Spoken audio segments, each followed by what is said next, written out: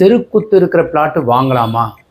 So அதை பற்றி தான் நீங்கள் வந்து இன்றைக்கி வந்து பார்த்து தெரிஞ்சுக்க போகிறீங்க. ஸோ அது வந்து நார்த் வெஸ்ட்டு வாயு மூலை தெருக்குத்து, நார்த்து ஃபேஸிங்கில் இருக்குது வாயு மூலை தெருக்குத்து. அண்ட் தென் இன்னொன்று என்னென்னாக்கா சவுத்து வெஸ்ட்லேயும் வந்து ஒரு ரோடு வந்து தெருக்குத்துது. அந்த மாதிரி பிளாட்டு நம்ம வாங்கிட்டோம் அல்லது வாங்க போகிறோம். இல்லை இந்த அமைப்பு எங்கள் வீடு இருக்குது சார், அதோட ஒப்பீடு பண்ணலாமா?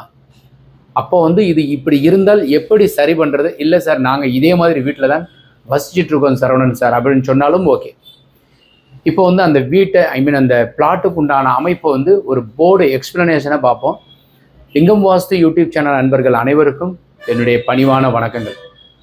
ஸோ நீங்கள் வந்து இன்றைக்கி வந்து இந்த வரைபடம் மூலமாக நிறையா உங்கள் வீட்டை ஒப்பீடு செய்து பார்க்கலாம். வாங்க இப்போ வீடியோவை பார்ப்போம். இப்போ பாருங்கள், இது வந்து ஒரு நார்த்து ஃபேஸிங். இது north south east west flat நல்லா இருக்குது, எந்த பிழையும் கிடையாது. அப்போ இது வந்து நார்த்து வெஸ்ட்டுங்கிறது இதுதான். கண்டிப்பாக இது தெருக்குத்துது, இது தப்பு தான், இது வாங்கக்கூடாது அப்படின்னு எல்லாருமே சஜஸ்ட் பண்ணுவாங்க. இந்த மனையை எப்போவுமே நல்லா ஞாபகம் வச்சுக்கோங்க, மனை தான் உங்களை வாங்கும், நீங்கள் மனையை வாங்கவே முடியாது. மனைவி அமைவதெல்லாம் இறைவன் கொடுத்த வரம் அப்படின்ற மாதிரி மனையை கொடுப்பதும் இறைவன் தான். அதில் முக்கியமாக ஒரு பங்கு வந்து செவ்வாய் பகவானுங்கிறவர் இருக்கார், அவருடைய ஹையர் அத்தாரிட்டி தான் முருகன். ஸோ இப்போ பழனியில் கும்பாபிஷேகம் நடந்தது, திருப்பரங்குன்றத்தில் 14ஆம் தேதி கும்பாபிஷேகம் நடக்குது.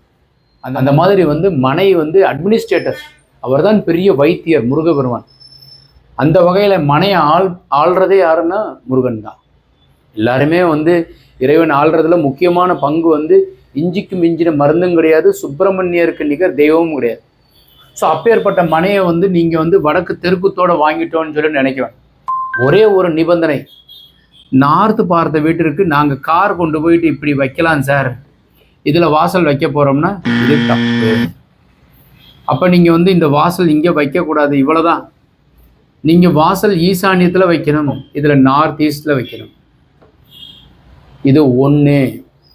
இந்த தெருக்குத்தோடு இருந்து இதில் நம்ம வந்து வாசல் வைக்க போகிறது கிடையாது, தவறு கிடையாது. நீங்கள் கார் வந்து இப்படியே கொண்டு இப்படி தான் கொண்டு போகணும். இது ஆயிடுச்சுங்களா? இப்போ கன்னி மூலையில் வந்து இன்னொரு ரோடு வந்து பேக் சைடில் இருந்து இங்கே வந்துடுது சார், இப்படி இருக்குது.